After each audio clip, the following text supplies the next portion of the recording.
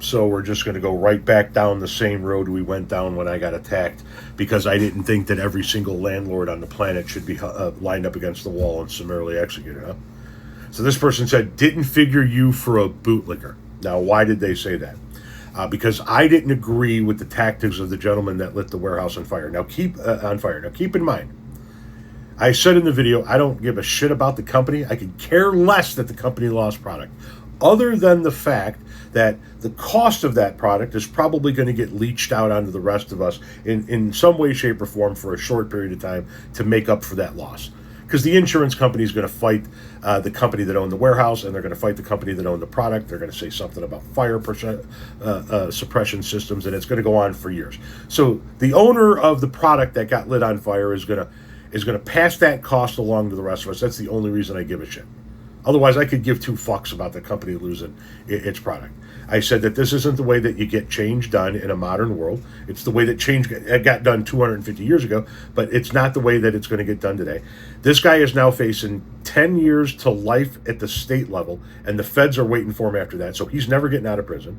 There are now over 200 employees that don't have a job and are going to be on government assistance probably in short order unless they find a job.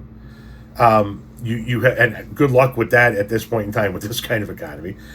You have a warehouse that, if they were to rebuild, and if NFI were to rebuild, they would probably invest heavily in automation, which means if they were to ever reopen, they would employ fewer people.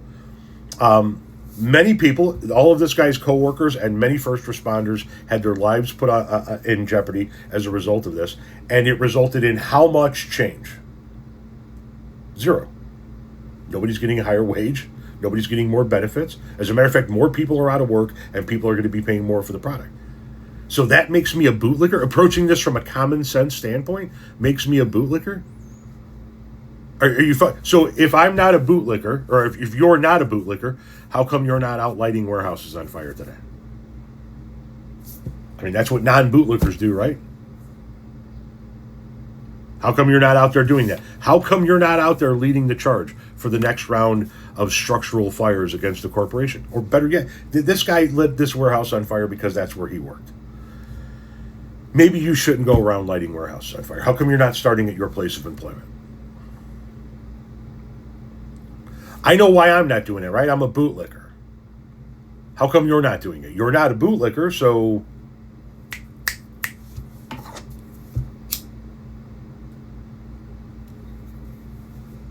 Because you know that that's not how you enact change. That's why you're not out there doing it. You can call me all the names you want. I don't give a shit. I'll make content off of it all day long.